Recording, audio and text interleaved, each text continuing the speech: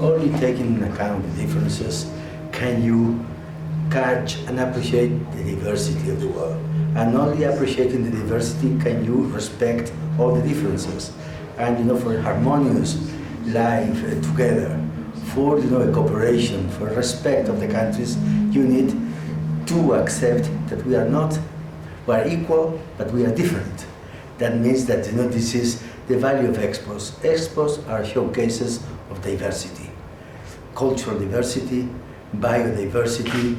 We have to be aware that we have a common goal, a common destiny through cooperation, but we start from different starting points based on our culture, on our tradition, in the continent we live in, and therefore only accepting that and putting that, in stressing these differences, can we, progress together.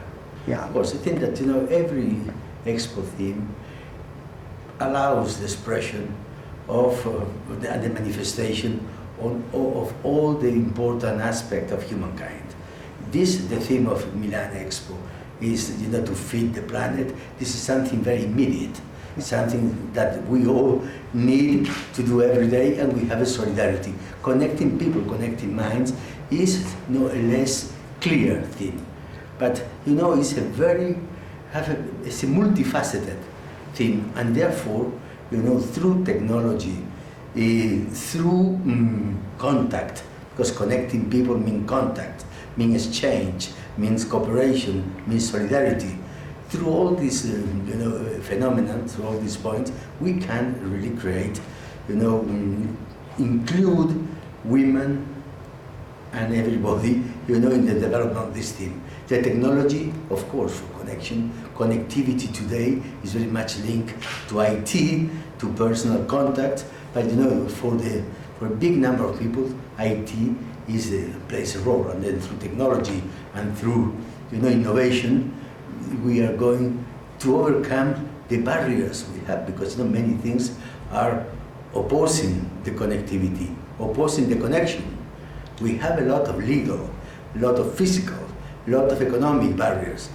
To overcome this, we need to create more global dialogue, and through technology and through the attitude of young people, we can overcome the obstacles we have today. Women for Expo must be a legacy for the future Expos. Now, this is the first time the initiative has been taken. It's not the first time that women play a protagonist role in Expos. They have been, the whole history of Expos are full of, the participation of women. The voting rights for women were very present in Expo. The first movement of feminism were in Expos.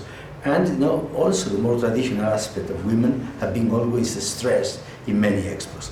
But for the first time, we have an initiative that can be and must be, as I said before, transmitted to other Expos.